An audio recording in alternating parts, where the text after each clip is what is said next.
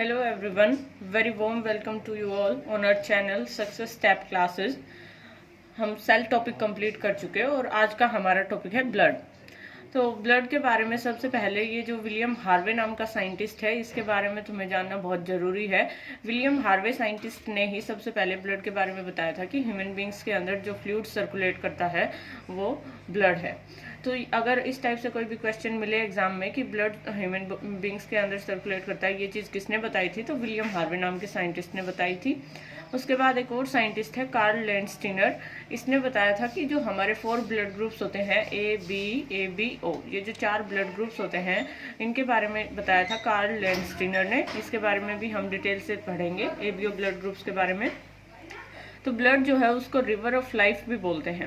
River of life क्यों बोलते हैं? क्योंकि जैसे रिवर होती है, तुम्हें पता है अच्छे से कि पानी की होती है कोई भी नदी, तो जैसे नदी पानी से भरी होती है, सेम वैसे ही ह्यूमन बींग्स की बॉडी के अंदर जो सर्कुलेट करता रहता है ब्लड, वो किसकी तरह है? वो भी एकदम ह्यूमन बींग्स के अंदर जैसे पानी की जो नदी होती है, सेम वैसे ही हमारी बॉडी के अंदर जो सर्कुलेट करता रहता है, ये पानी बहता है, सेम वैसे ही ब्लड भी बहता रहता है हमारी बॉडी में।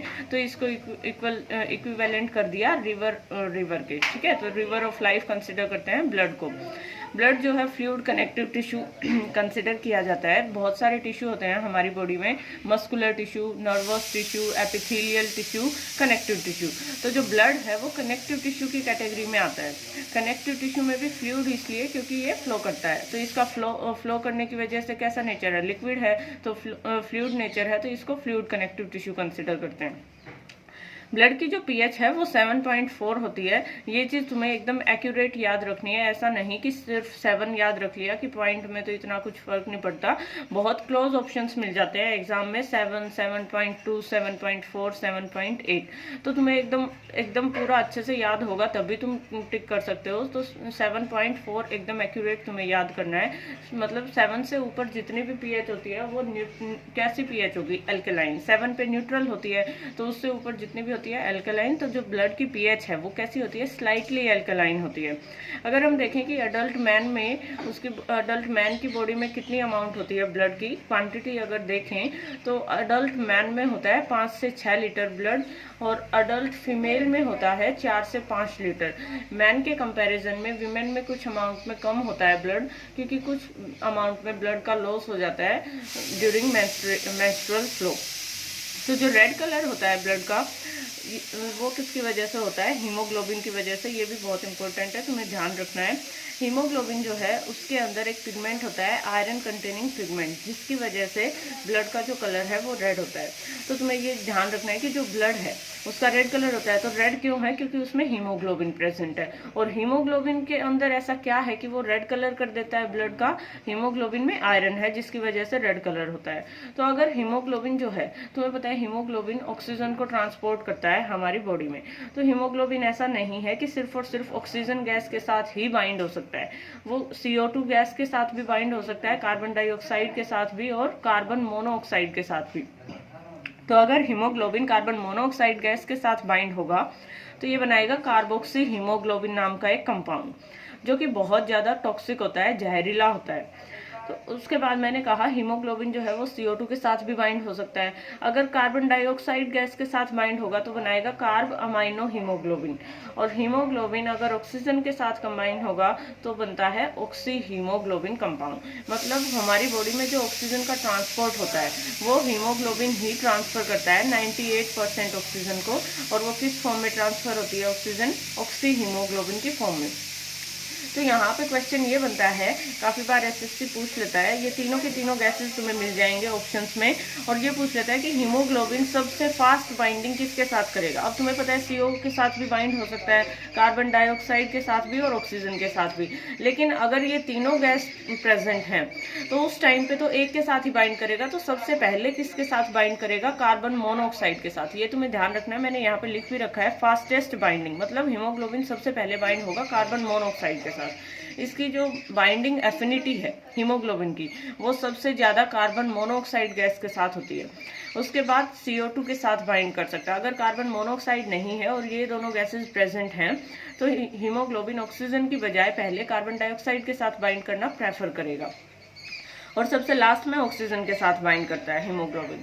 तो ऑक्सीजन के साथ हमारी बॉडी में जो बाइंड होता है, ऑक्सीजन को ट्रांसपोर्ट करता है, तो वो सिर्फ उस टाइम पे ऑक्सीजन के साथ बाइंड होता है जब CO2 की अमाउंट और कार्बन मोनोऑक्साइड की, इन दोनों की अमाउंट ऑक्सीजन के कंपैरिजन में बहुत ही कम होती है। तो यहाँ पे ये चीज़ तुम्हें समझ आ गई। अब ये भी एक इम्पोर्टेंट क्वेश्चन बनता है, जो बहुत साल पहले भोपाल गैस त्रासदी हुई थी, वो कौन सी गैस की वजह से हुई थी, किस गैस की वजह से हुई थी? तो वो जो कार्बन मोनोऑक्साइड गैस मैंने तुम्हें एक्सप्लेन किया, इसी की वजह से पॉइजनिंग हुई थी। हीमोग्लोबिन कार्बन मोनोऑक्साइड के साथ बाइंड हो गया था, तो ऑक्सीजन जो है वो हीमोग्लोबिन के साथ बाइंड नहीं हो पाई। हमारी जो सेल्स हैं, टिश्यूज हैं शरीर में, उनको ऑक्सीजन मिली नहीं और फिर डेथ हो गई, क्योंकि ये बहुत ही जहरीला कंपाउंड है।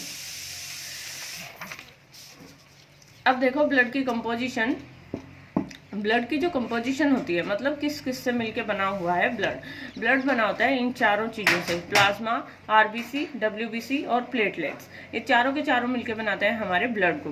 तो इसमें तुम्हें ध्यान रखना है, जो मैंने हीमोग्लोबिन बताया था तुम्हें, वो कहाँ प्रेजेंट होता है। डायरेक्ट ये भी पूछ लेते हैं कि haemoglobin is a part of which type of cells, और ये चारों के चारों तुम्हें ऑप्शंस में मिलेंगे। तो तुम्हें सिर्फ और सिर्फ RBC पे टिक करना है, क्योंकि RBC जो है उसके अंदर हीमोग्लोबिन प्रेजेंट होता है। बाकी ना WBC में प्रेजेंट होता, ना ही प्लेटलेट्स में, ना ही प्लाज्मा में। सिर्फ और सिर्फ जो RBC हैं, इनको हम रेड ब्लड सेल्स इसीलिए बोलते हैं क्योंकि इनके अंदर हीमोग्लोबिन है, और हीमोग्लोबिन के अंदर आयरन है, जिसकी वजह से पूरे ब्लड का कलर रेड हो जाता है। तो अगर हम देखें, हीमोग्लोबिन के बारे में तुम्हें पता चल गया, और ब्लड का भी पता चल गया कि मैन में होता है 5 से 6 लीटर और वीमेन में होता है 4 से 5 लीटर ब्लड। लेकिन अगर हम पर 100 ml ब्लड के अंदर हीमोग्लोबिन का कंटेंट चेक करें तो कितना होगा एवरेज। अगर हम एवरेज देखें, चाहे मैन हो वीमेन हो, तो एवरेज हीमोग्लोबिन का कंटेंट होता है 15 ग्राम हर 100 ml ब्लड के अंदर, ठीक है। और अगर मेल में देखें तो मेल में जो हीमोग्लोबिन की क्वांटिटी होती है 100 ml ब्लड में, वो होती है 14 से 18 ग्राम। फीमेल में थोड़ी कम होती है। फीमेल में जो एक नॉर्मल अगर फीमेल है तो उसमें जो क्वांटिटी होती है हीमोग्लोबिन की, वो होती है 12 से 16 ग्राम पर 100 ml। और जो न्यूबॉर्न बेबी होती है उसमें उसके ब्लड में हीमोग्लोबिन की क्वांटिटी सबसे ज़्यादा होती है। मेल और फीमेल इन दोनों के कंपैरिजन में 21 to 23 ग्राम हीमोग्लोबिन कंटेंट होता है हर 100 ml ब्लड में, न्यूबॉर्न बेबी में। तो यहाँ पे भी काफ़ी बार क्वेश्चन पूछ लेते हैं, इनको तुम याद कर लेना अच्छे से। ब्लड का फंक्शन क्या है, मैंने बताया ऑक्सीजन के साथ भी बाइंड हो सकता है, CO2 के साथ भी। तो ब्लड ऑक्सीजन को भी ट्रांसपोर्ट करता है, कार्बन डाइऑक्साइड को भी, फूड को, हार्मोन्स को, वेस्ट मटेरियल को, इनको सबको ट्रांसपोर्ट करता है। अब यहाँ पे देखो, तुम्हें पता है कि अगर एनीमिया जो डिजीज है ये किसकी कमी से होती है, आयरन की कमी से होती है। तो इसको समझो, आयरन की कमी से कैसे होता है एनीमिया। तुम्हें ये तो पता ही है कि RBC जो है उनके अंदर हीमोग्लोबिन होता है, मैंने तुम्हें एक्सप्लेन किया था अभी।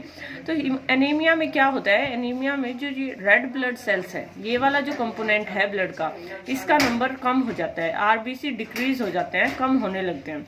अब अगर RBC कम होंगे तो ऑटोमेटिकली हीमोग्लोबिन भी कम होगा। हीमोग्लोबिन ही नहीं होगा, RBC नहीं है तो हीमोग्लोबिन भी नहीं होगा, और फिर आयरन भी नहीं होगा। तो आयरन की ही कमी हुई ना ऑल ओवर, तो आयरन की कमी से एनीमिया होता है। और अगर ऑप्शंस में तुम्हें RBC WBC की फॉर्म में मिले कि एनीमिया जो है उसमें कौन सी सेल्स का नंबर डिक्रीज होगा, तो वो RBC है जिनका नंबर कम होता है। अब अगर हम परसेंटेज देखें ब्लड के अंदर प्लाज्मा, RBC, WBC और प्लेटलेट्स की, तो जो प्लाज्मा है, अकेला प्लाज्मा 55% बनाता है ब्लड का, और रिमेनिंग जो 45% है उसमें RBCs, WBCs और प्लेटलेट्स, ये तीनों के तीनों कंपोनेंट्स मिलके बनाते हैं 45%। और प्लाज्मा क्या है, प्लाज्मा एक टाइप का फ्लूइड है। जैसे ब्लड क्या है, फ्लूइड है, सेम ऐसे ही प्लाज्मा एक लिक्विड है, और ये सेल्स होती हैं जो, और ये सारे मिलके बनाते हैं ब्लड को। तो अब हम इनकी एक एक की स्टडी करते हैं। पहले प्लाज्मा को स्टडी करते हैं।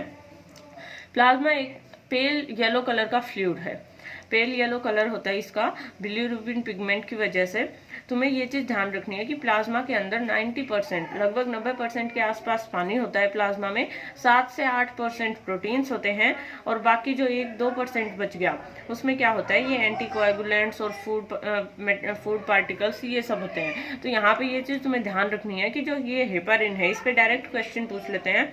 ये एंटीकोएगुलेंट है। एंटीकोएगुलेंट का मतलब ये है कि ये हमारे, तुम्हें पता है ब्लड, हमारी जो ब्लड वेसल्स होती हैं उनके अंदर फ्लो करता है हमेशा। तुमने ये देखा होगा, कभी भी ऐसा नहीं होता कि हमारी ब्लड वेसल्स के अंदर ब्लड जम जाए, चाहे कितनी ही सर्दी क्यों ना हो, लेकिन ब्लड तो हमेशा लिक्विड फॉर्म में ही रहता है, कभी भी वो सॉलिडिफाई नहीं होता। तो उसके पीछे रीज़न यही है, जो ये हमारे ब्लड के अंदर हेपरिन कंपोनेंट है, ये ब्लड को हमेशा लिक्विड स्टेट में ही रखता है, कभी भी ब्लड को सॉलिडिफाई नहीं होने देता, और इसी वजह से लिक्विड रहता है, तभी ब्लड इजीली फ्लो करता है ब्लड वेसल्स में। तो ये क्या करता है, ब्लड की जो क्लोटिंग है ब्लड वेसल्स में, उसको प्रिवेंट करता है। अब नेक्स्ट पे है RBCs, red blood cells. Red blood cells जो हैं, इनको रेड क्यों बोलते हैं वो मैं ऑलरेडी बता चुकी तुम्हें, हीमोग्लोबिन की वजह से। हीमोग्लोबिन जो कि ऑक्सीजन कैरिंग पिगमेंट है, ऑक्सीजन को कैरी करता है। अब जो मैच्योर आरबीसीज हैं, यहाँ पे ये भी डायरेक्ट पूछ लेते हैं, मैच्योर आरबीसीज मतलब जो आरबीसी एकदम प्रॉपर डेवलप हो चुके होते हैं, उनके अंदर न्यूक्लियस नहीं होता। शुरू में जब आरबीसी बनते हैं उस टाइम पे उनमें न्यूक्लियस होता है। यहाँ पे देखो शुरू में न्यूक्लियस था, लेकिन जब ये आरबीसी मैच्योर हुई तो वो न्यूक्लियस डिसअपियर हो गया। तो तुम्हें ध्यान रखना है कि जो आरबीसीज होती हैं उनमें न्यूक्लियस नहीं होता, न्यूक्लियस माइटोकॉन्ड्रिया सब एब्सेंट होते हैं। लाइफ स्पेन की अगर हम बात करें तो आरबीसीज का लाइफ स्पेन होता है 120 डेज का। और अगर हम ब्लड में देखें आरबीसीज की अमाउंट को, तो आरबीसीज होते हैं 4.5 मिलियन से 5 मिलियन तक पर क्यूबिक मिलीमीटर ब्लड में होते हैं। ये जो अमाउंट मैंने तुम्हें बताई है आरबीसीज का नंबर, ये कितने में होगा, ये पर क्यूबिक मिलीमीटर ब्लड में अगर हम चेक करेंगे, जैसे हमने हीमोग्लोबिन कंटेंट देखा था 100 ml ब्लड में, ऐसे ही क्यूबिक मिलीमीटर ब्लड में अगर हम कंपेयर करेंगे तो उसमें जो आरबीसीज का नंबर होता है वो होता है 4.5 से 5 मिलियन तक। मतलब ये जितने भी सेल्स हैं इनमें सबसे ज्यादा नंबर अगर होता है तो वो आरबीसीज का होता है। इसके अलावा ये भी तुम्हें बता दिया मैंने कि आरबीसी जो है उनका नंबर डिक्रीज होने से होती है एनीमिया डिजीज।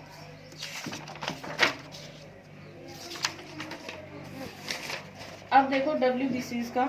डब्ल्यूबीसीज जो है 5 टाइप्स की होती हैं। आरबीसीज के कोई सब टाइप्स नहीं थे, लेकिन डब्ल्यूबीसीज में 5 छोटे छोटे डिफरेंट टाइप्स की सेल्स होती हैं।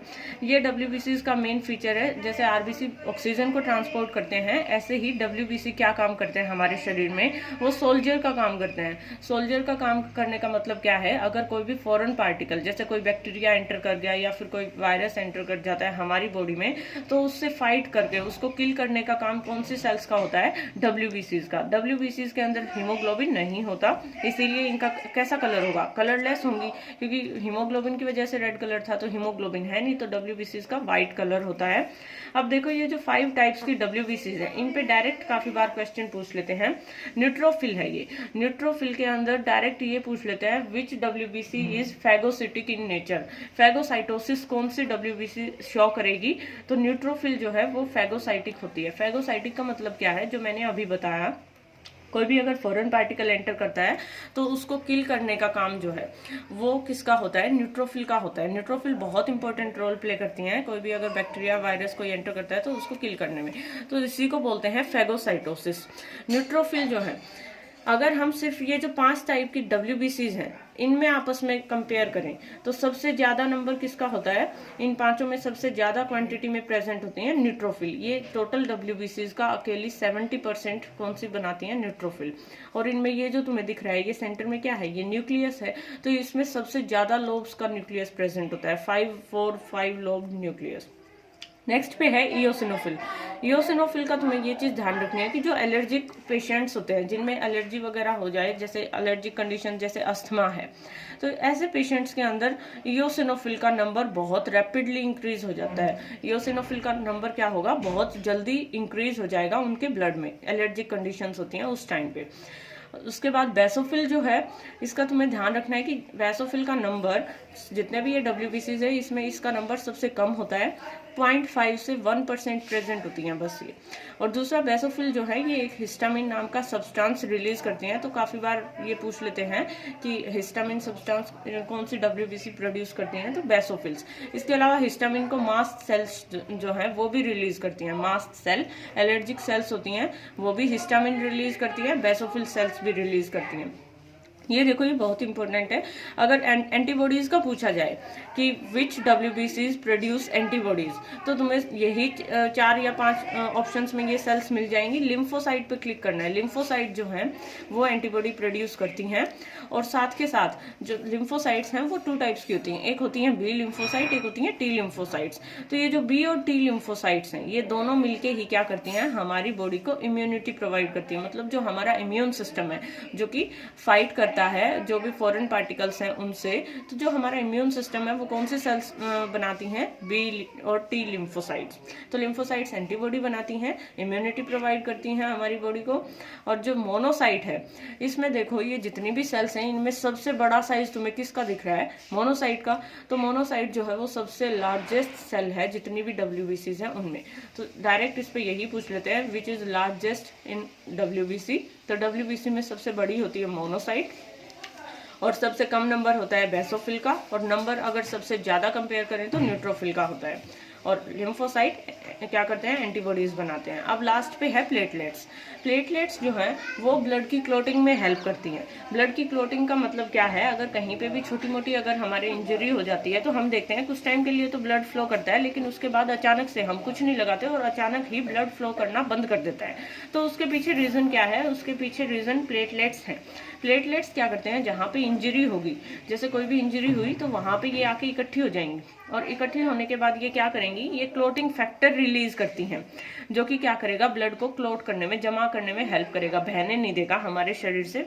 तो थ्रोम्बोप्लास्टिन एक टाइप का क्लोटिंग फैक्टर है जो कि प्लेटलेट्स रिलीज करती हैं अगर कहीं पे भी इंजरी हो जाती है तो उस साइड पे, और फिर ये ब्लड की क्लोटिंग करेगा, हील कर देगा, ब्लड फ्लो नहीं होने देता। और अगर साइज देखें तो प्लेटलेट्स का जो साइज है, RBC, WBC और प्लेटलेट्स तीनों में देखें तो सबसे छोटे साइज की होती है प्लेटलेट्स और सबसे बड़े साइज की होती है WBCs। और प्लेटलेट्स जो है इनको थ्रोम्बोसाइट्स भी बोलते हैं। तो दूसरा नाम इनका थ्रोम्बोसाइट्स है, क्यों, क्योंकि ये क्लोटिंग करते हैं, थ्रोम्बोप्लास्टिन एक क्लोटिंग फैक्टर रिलीज करते हैं। इसी के साथ हमने RBC, WBC, प्लेटलेट्स और जो ब्लड की कंपोजिशन है वो कंप्लीट हो गई हमारी। अगर वीडियो अच्छी लगे तो प्लीज लाइक करें, शेयर करें, ज्यादा से ज्यादा सब्सक्राइब करें। और जो ये ब्लड का वीडियो है ये पूरी की पूरी तुम्हें डिस्क्रिप्शन में PDF फॉर्म में भी मिल जाएगी। Thank you.